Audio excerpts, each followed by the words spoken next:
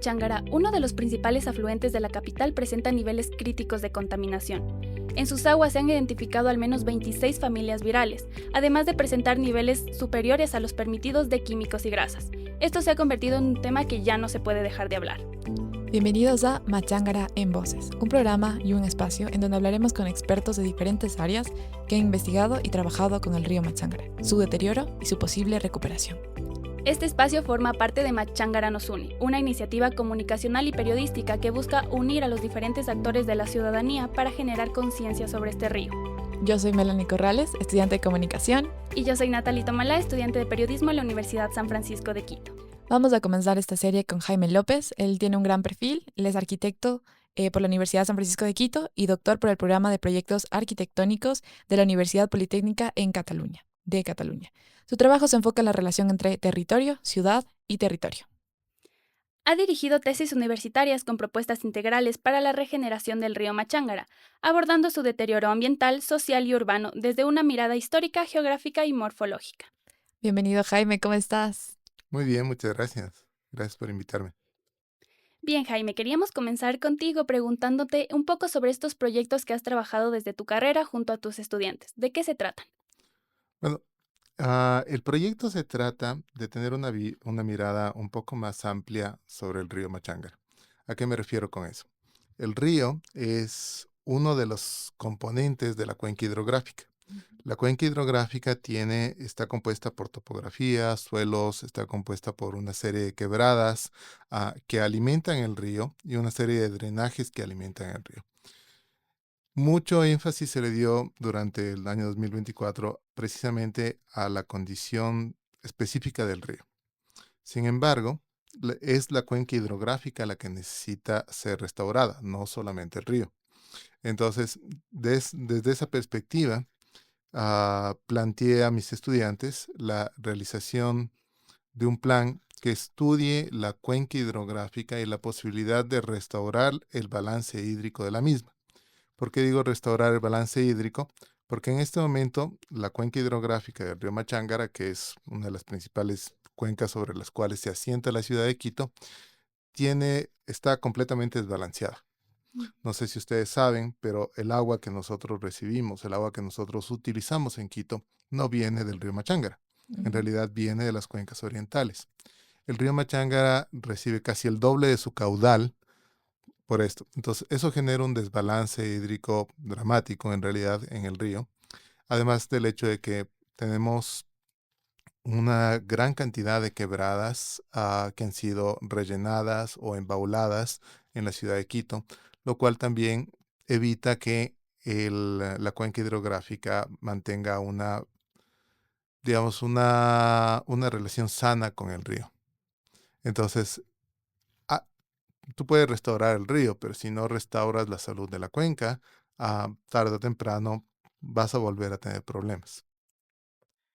Sí, justo en este aspecto, de hecho, el río Machángara recibe el 75% de las aguas residuales, entonces justamente es bastante problemático. Te queríamos preguntar también aquí, ¿qué soluciones o qué proyecciones tienen dentro de este plan?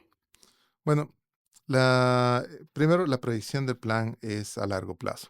O sea, tenemos que entender que un río que ha sido contaminado por más de 125 años, o sea, la contaminación del río realmente empieza a finales del siglo XIX. Entonces, no se va a poder restaurar en un periodo de 2, 10 o incluso 15 años, sino que tenemos que pensar a largo plazo, lo cual no quiere decir que podemos seguir esperando. O sea, si tenemos que trabajar a largo plazo, un plan de más de 50, 60 años probablemente, tenemos que empezar ya, porque eso quiere decir que simplemente ya estamos atrasados. Entonces, lo que nosotros hicimos con los estudiantes fue realizar un plan. Estudiamos cuáles sería, digamos, el marco temporal sobre el cual se podría restaurar el río y restaurar al menos parte de la cuenca hidrográfica.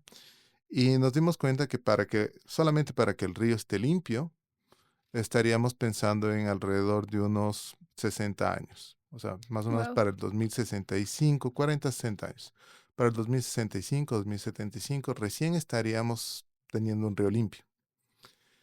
Y eso, recién en ese momento podríamos tener acceso al río y tener otras condiciones para que el río se pueda mantener. Ahora, para mantener el río, tenemos que restaurar el balance hídrico de Quito y eso lleva incluso aún más tiempo, porque tendríamos que abrir ciertas quebradas, se llama traerlas al día, que quiere decir retirar el material sobre el cual fue rellenado, aumentar la distancia de protección de la quebrada, a cambiar mucho de la vegetación que se encuentra alrededor de la quebrada para reemplazarla por vegetación nativa para que el río pueda volver digamos, la cuenca hidrográfica vuelva a absorber agua y vuelva a darle vida al río. Entonces, de esta manera, más o menos logramos entender un marco temporal de unos 100 años, o sea, Wow. realmente de aquí al 2125 estaríamos pensando que tendríamos tanto un río como una cuenca hidrográfica restaurados. Que yo sé que cuando uno habla de 100 años en el futuro, uno piensa, no, es que eso es demasiado. Pero en realidad no es la primera vez que se ha hecho. Se han restaurado varios ríos alrededor del mundo, desde el río Támesis hasta el río Sena. En este momento el río de Los Ángeles está en proceso de restauración, el río Yamuna en la India está en proceso de restauración. Procesos que llevan 50, 60 años en proceso y que recién están dando los frutos como para que la gente pueda bañarse en los ríos. Entonces, es algo que se puede hacer, pero hay que pensarlo realmente a largo plazo. Por eso es que en el plan, cuando nosotros manejamos esto, nos dimos cuenta que no, o sea, como no pueden ser temas a 5, 10, 15 años plazo, hay diferentes niveles, diferentes marcos temporales. Tenemos que generar ciertas acciones que tienen que ser inmediatas. La comunicación es una acción inmediata, o sea, lo que ustedes están haciendo es una acción inmediata, que se hace en un periodo de 1 a 2 años. Tenemos acciones a corto plazo. Entonces, las acciones a corto plazo estamos hablando de 2 a 5 años. Y esas acciones son las que está entrando el municipio. Una de esas acciones es tener un plan aprobado por Consejo Municipal que debería marcar el camino para los siguientes 50, 60 años sobre los diferentes proyectos y diferentes condiciones que se pueden seguir haciendo en la ciudad. Entonces, otras de esas acciones son empezar la inserción de plantas de tratamiento de agua, empezar proyectos piloto, generar, por ejemplo, reorganizar un poco la ciudad hacia lo que se conoce como un urbanismo sensible al agua, a generar algunas normativas. Esas son acciones a corto plazo. Corto plazo me refiero a 5 años. Ujú. Después tenemos acciones a 10 años plazo, en la cual empecemos a cambiar la cultura en general de la gente. Porque uno no puede pensar que vamos a lograr hacer todo esto sin cambiar la cultura de la gente. Cultura de consumo de agua.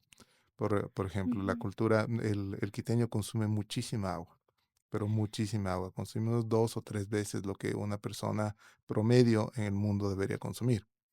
Entonces, si nosotros no cambiamos la cultura se cambia a largo plazo. Estamos hablando de más de 10 años. Y empezar a cambiar también los sistemas constructivos que nos permita generar digamos, aprovechar el agua que estamos utilizando y que esto empiece a tener frutos. Eso es recién a 10 años plazo. Y a más de 10 años plazo, estamos empezando a pensar de que tenemos que aprender a vivir con el agua. Tenemos que generar parques inundables, zonas inundables, humedales. Los humedales que originalmente eran pensados como, digamos, cuando se construyó Quito, los humedales, las lagunas, las quebradas eran pensados como elementos am, que debían ser drenados, que debían ser tapados, como por ejemplo el Parque La Carolina, el antiguo aeropuerto, la quebrada, Mm, la calle de la Gasca, todo eso es relleno. claro. La calle de la Gasca era una gran quebrada. Entonces tenemos que pensar que tenemos que aprender a vivir con ellos. Tenemos que aprender a vivir con el agua y además que el agua es algo que digamos, le puede dar a la ciudad una visión completamente distinta de lo que es. ¿Cómo se podrían llegar a construir estas infraestructuras que tú nos mencionas, como los humedales, los parques inundables? ¿Nos podrías explicar un poco más?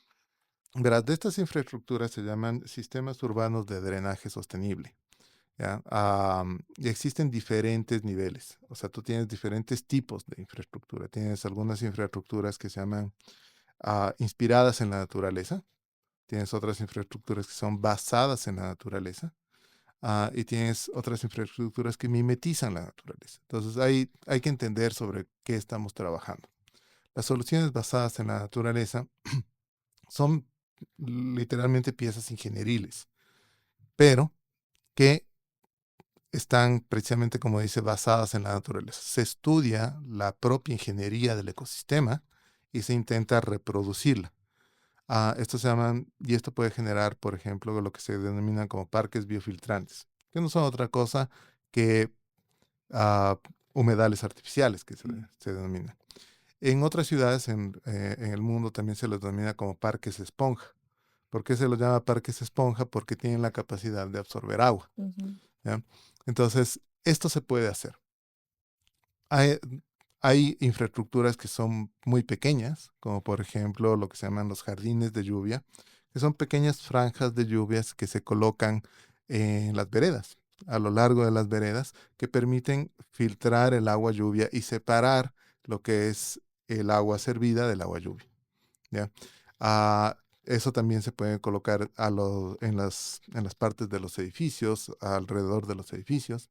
Existen infraestructuras de tamaño mediano, como por ejemplo plantas de tratamiento pequeñas, plantas de tratamiento de agua pequeñas, pequeños humedales artificiales e infraestructuras grandes. Ya como estás hablando de las grandes tanques de retención, por ejemplo, que se llaman. Los tanques de retención son zonas inundables que recogen agua y que después permiten que el agua vaya y se filtre de forma más lenta.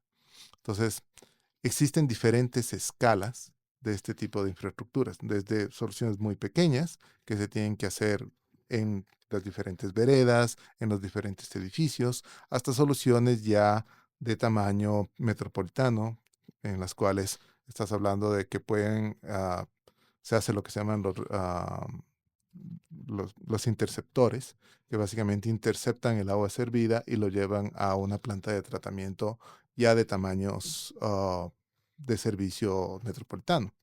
Entonces, para lograr hacer esto, tienes que, de una u otra manera, involucrar a la ciudadanía, hacer que empresas que puedan hacerlo, o digamos, no solamente empresas, sino que algunas de las construcciones de la ciudad que puedan hacerlo, hagan su propia planta de tratamiento de agua, como la hace la Universidad de San Francisco, como la han hecho algunas universidades, am, que se puedan empezar a pensar en plantas de tratamiento comunitarias, por ejemplo, en los conjuntos residenciales, Ujú.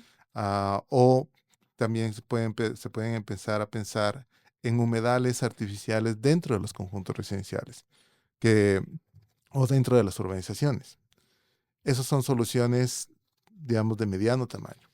Tú puedes tener soluciones de pequeño tamaño, que como por ejemplo puedes establecer dentro de normativa zonas de prioridad hídrica, que se llama. ¿Cuáles son las zonas de prioridad hídrica?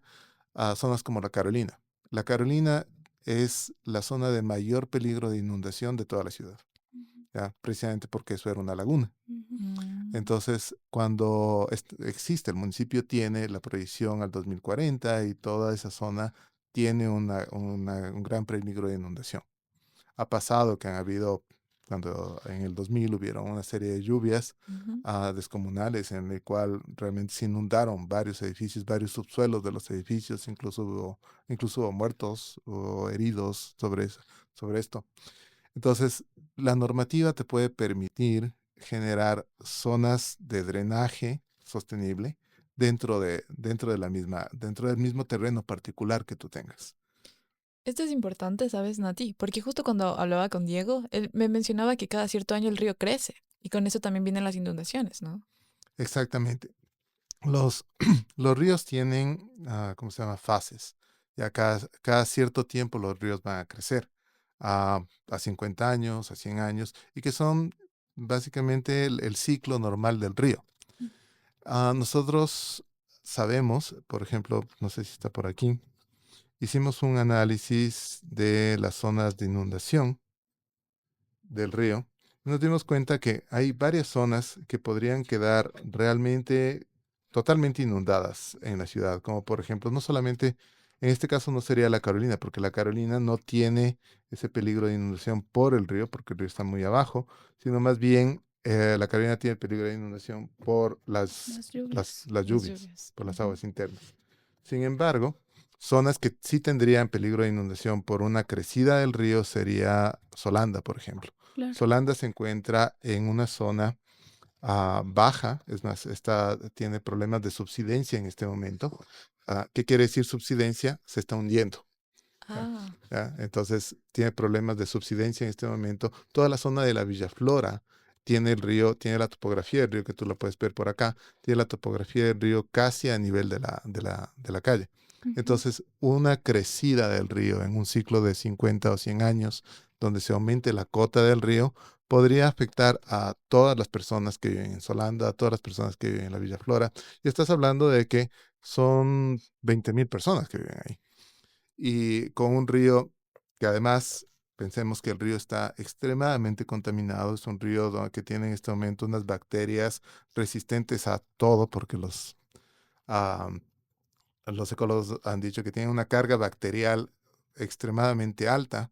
Imagínate si el río llega a crecer y afecta a 20.000 personas. ¿Cuántas personas pueden Enfermarse. enfermarse y cuál es el peligro que tú puedes llegar a tener con personas de la tercera edad, con niños, claro. si esto no se da tratamiento? Y esto es algo que estamos advertidos. O sea, ¿a qué me refiero? No es algo que puede pasar, es algo que va a pasar. Tarde o temprano va a pasar. Ok. Entonces, tenemos que saber cómo podemos mitigar esas inundaciones. Aunque tal vez no pase mañana, pero probablemente pasará en unos 50 años. Pero si no estamos listos para mitigar esas inundaciones, para generar zonas que puedan absorber algo del caudal, ah, vamos a poner en peligro a la población que vive en esos lugares. Sí, de hecho, justo nosotros visitamos un barrio, está ubicado más o menos en el centro de Quito por la Ichimbía.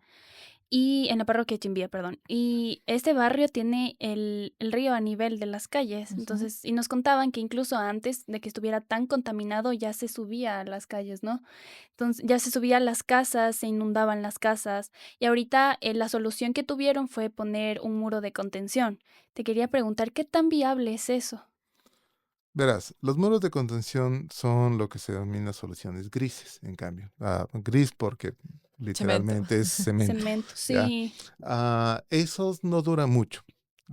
Pueden ayudar a mitigar por un tiempo las cosas, pero está demostrado que las soluciones grises no ayudan precisamente a, a restaurar el río, porque lo que estás haciendo es contener el problema en lugar de eliminarlo. Estás tratando, como dice, como todo el mundo dice cuando habla sobre los médicos, estás tratando los síntomas y no la La causa de la enfermedad. enfermedad. Ujú. Eso es lo que pasa cuando haces muros de contención o este tipo de soluciones.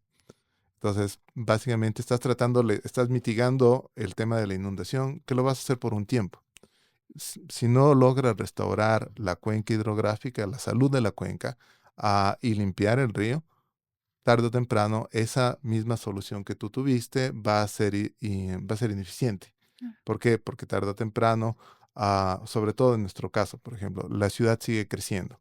Seguimos trayendo agua de otras cuencas hidrográficas. Seguimos aumentando el caudal del río. En una crecida del río, imagínate, en este momento el río ya recibe 75% más de caudal. ujú. En una crecida del río, el río va a crecer al doble de lo que crecía originalmente.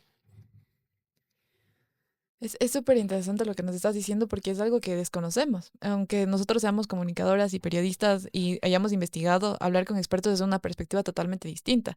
Y sobre todo tras la investigación enorme que hiciste junto con tus estudiantes. Súper chévere.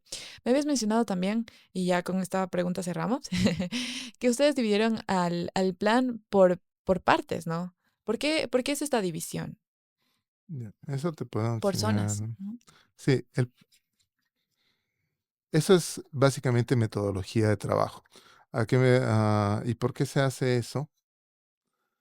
Es debido a que el río tiene alrededor de 30 kilómetros de distancia, ¿ya? O al menos cruza la ciudad en aproximadamente 30 kilómetros de distancia. Ujú. Entender una escala de 30 kilómetros, entender un proyecto de 30 kilómetros se vuelve complejo, ¿ya? Entonces, ¿qué es lo que se hizo? Se entendió la topografía del río y se hicieron una serie de secciones. ¿Qué es una sección? Digamos, es un corte transversal a través del río, ¿ya? En el cual se entiende cómo el río está definido en su cauce por la topografía. En algunos lados el río, como vimos, se encuentra a nivel de calle, pero en Ujú. otros lados, como en Cumbaya, se encuentra más o menos 120 metros abajo de la quebrada. Quebrada. Sí. Ujú. Entonces, no es lo mismo un río que tiene un cañón de 120 metros de alto que un río que se encuentra a nivel de la calle. Ujú. La topografía cambia. Entonces lo que se hizo fue, se generaron lo que se denominan marcos territoriales. Lo que hicimos con estos marcos territoriales fue establecer zonas homogéneas topográficas para que, digamos, donde nosotros tenemos mayor presencia de topografía, también tenemos mayor presencia de vegetación, también probablemente es más fácil restaurar ecológicamente esa parte. Pero donde nosotros tenemos otra condición, donde el río es más, tenemos menor presencia de topografía, pero mayor presencia de ciudad, es más difícil restaurar esa parte. ¿Por qué? Porque simplemente hay más gente viviendo ahí, hay mayor infraestructura, hay mayor cantidad de cemento, va a ser más caro. Entonces, hay que entender que el río tiene en este momento diferentes condiciones. No es lo mismo que pasa en la cuenca alta del río que lo que pasa en la cuenca baja del río. Ujú. Entonces, es por eso que tienes que estudiarlo en tramos. Lo que nosotros hicimos fue lo que se denomina la regla del río, Ok. que ustedes ven por aquí. Esta es una especie de regla, que lo que se hizo fue dividir al río en tramos de 1 kilómetro. Ok. Entonces, en estos tramos, cada uno de estos tramos nos permite establecer las condiciones diferentes en cada parte de la cuenca. Mm. ¿Ya? Qué tanta densidad poblacional hay, qué construcción hay, cuál es la cantidad de viviendas que están construidas sobre la zona de protección de quebrada, cuántos kilómetros o metros cuadrados de quebrada están embaulados o rellenados en esa zona, etcétera, etcétera, etcétera. Entonces el río se lo puede estudiar de esa manera. En realidad lo que hicimos fue aplicar la metodología que se aplica que se está aplicando en este momento para la restauración del río de Los Ángeles, que se hace exactamente lo mismo, que se utiliza la regla del río y las zonas topográficas homogéneas. Perfecto, Jaime, muchísimas gracias. Siempre es importante tener diferentes ejes en los que podamos analizar soluciones viables para este río que sin duda necesita y requiere más acciones desde la ciudadanía, desde diferentes áreas de trabajo. Sí, me gustaría hacerte ya una última actividad. Yo sé que ya con esto ya cierro. Este plan está absolutamente completo. Cuando lo pude observar, lo pude leer. ¿Ustedes piensan publicarlo para que más personas lo puedan conocer? Verás, este plan tiene que trabajarse. Todavía existe mucho trabajo por hacer. Ok. ¿Ya? En realidad, esto fue una primera aproximación que se lo hizo precisamente por este cuestionamiento Ujú. de si era suficiente las plantas de tratamiento de agua ¿Y no son o para sí limpiar son? el río. Y no son suficientes, Ok. porque las plantas de tratamiento de agua lo único que van a hacer es evitar que, que las aguas hervidas lleguen al río, pero no va a evitar que se siga aumentando el caudal del río, no va a evitar inundaciones, precisamente porque no va a restaurar la cuenca hidrográfica, Ujú. no va a restaurar el balance hídrico del río, que son realmente las cosas que se tienen que hacer en conjunto. Entonces, este plan se hizo solamente o precisamente para orientar la idea a que no era suficiente poner plantas de tratamiento de agua, sino que se necesitaba un plan más integral a esto. Este plan lo hicimos para presentarlo no solamente al municipio, sino también a los accionantes de la demanda, para que tanto los accionantes de la demanda como la gente del municipio tenga una visión un poco más grande. Una visión, y yo creo que ha cumplido el propósito. En este momento, tanto los accionantes de la demanda como el municipio entienden que la cuenca hidrográfica del Machángara es la que se tiene que restaurar. Y desde que se realizó el plan, los accionantes de la demanda están exigiendo al municipio la presentación de un plan especial para la restauración del río, que es probablemente lo único que esta administración, la actual administración, logre realmente hacer. Coger y plantear un plan de trabajo, que lo que hace un plan maestro es establecer una hoja de ruta a X tiempo, con acciones, con acciones, como dijimos, a corto plazo, mediano plazo, largo plazo, y con indicadores. Lo que no tiene este plan son indicadores. ¿Por qué? Porque, digamos, un plan de estas condiciones lleva muchísimo tiempo y muchas especialidades, y llevaría muchísimo trabajo de campo. Esto no deja de ser un instrumento pedagógico que nosotros hicimos. Entonces, no es un plan que realmente esté completo, ni que pueda ser 100% aplicable. Sin embargo, lo que sí ayuda a establecer es una metodología, una conciencia sobre la necesidad de restauración de la cuenca, y una conciencia sobre el hecho de que no es algo que sea fácil hacer. Es algo que va a llevar mucho tiempo y que requiere un compromiso tanto de la administración pública como de la ciudadanía, como de la academia, para trabajar en conjunto a largo plazo. Yo puedo pasar el resto de mi vida haciendo esto. No sé si es que yo, al menos dentro de mi tiempo de vida, llegue a ver un río limpio, el Machángara limpio, pero puedo pasar el resto de mi vida empujando haciendo el plan. Y esa es un poco la idea. La idea de este plan era que la gente se dé cuenta de que se podía hacer algo y se podía establecer una hoja de ruta, sin importar qué tan largo sea el horizonte. Tenemos una hoja de ruta y hay metodologías y que ya se ha hecho antes. O sea, se han restaurado ríos antes, no es la primera vez que se hace. No es imposible hacerlo y se puede hacer. O sea, esa es básicamente la razón por la que hicimos esto. Esto nos deja con mucha esperanza, ¿sabes? Y bueno, ahorita ya cuestión tiempo tenemos que cerrar, pero nos gustaría que nos sigan igual, que sigas el avance de este proyecto desde nuestras redes sociales como Machángara nos une. Creo que tú has sido una de las personas y de los expertos que más nos ha ayudado en el respecto de esta visión para recuperar el río y recuperar también la cuenca.